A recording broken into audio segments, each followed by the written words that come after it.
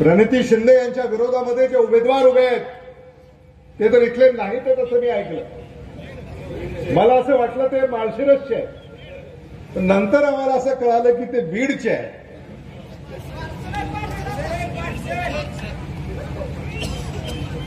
आणि म्हणून हे बीडचं पार्सल चुकून सोलापूरला आलेलं आहे. त्यामुळं हे बीडचं पार्सल जे चुकून सोलापूरला आलेलं आहे त्याला परत बीडला पाठवून द्या. ते आव्हान मी आपल्याला आज या निमित्तानं करू इच्छितो. काँग्रेस पक्षाच्या पाठीशी तुम्हाला खंबीरपणे उभं राहायचं आणि काँग्रेसचं एक गॅरंटी कार्ड प्रणिती शिंदे यांनी आपल्या हातामध्ये दिलेलं आहे. राहुल गांधी यांनी हे काँग्रेसचं गॅरंटी कार्ड आपल्यासाठी पाठवलंय आणि हे काँग्रेसचं गॅरंटी कार्ड हे काही आश्वासन नाही, हे वचन आहे. कर्नाटकामध्ये तेलंगणामध्ये या वचनाची पूर्तता झालेली आहे.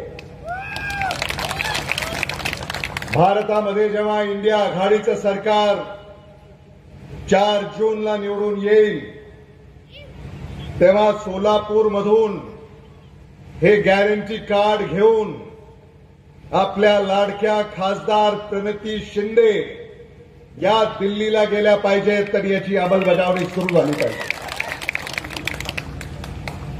मी प्रणिती शिंदेचं भाषण ऐकलं. त्यांच्यामध्ये मला एक तळमळ दिसते, एक पोटतिणीक दिसते.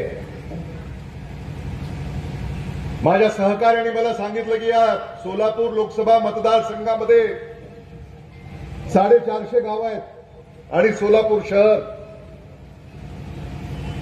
आणि 450 गावांना काँग्रेसच्या उमेदवाराच्या प्रणिती शिंदे यांच्या भेटी या पूर्ण झालेल्या आहेत. प्रचारामध्ये त्यांनी आघाडी घेतलेली आहे. आणि आता आम्ही लातूरमध्ये जेव्हा राजकीय चर्चा आमच्या लातूरला होते तेव्हा आमच्या कानावर जे येतं ते मी तुम्हाला सांगतो. आता ते खरं आहे का खोटं आहे तुम्ही मला सांगा.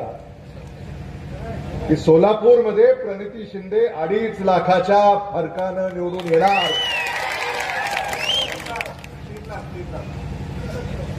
हा, मी कासेगावचे धरले नव्हते.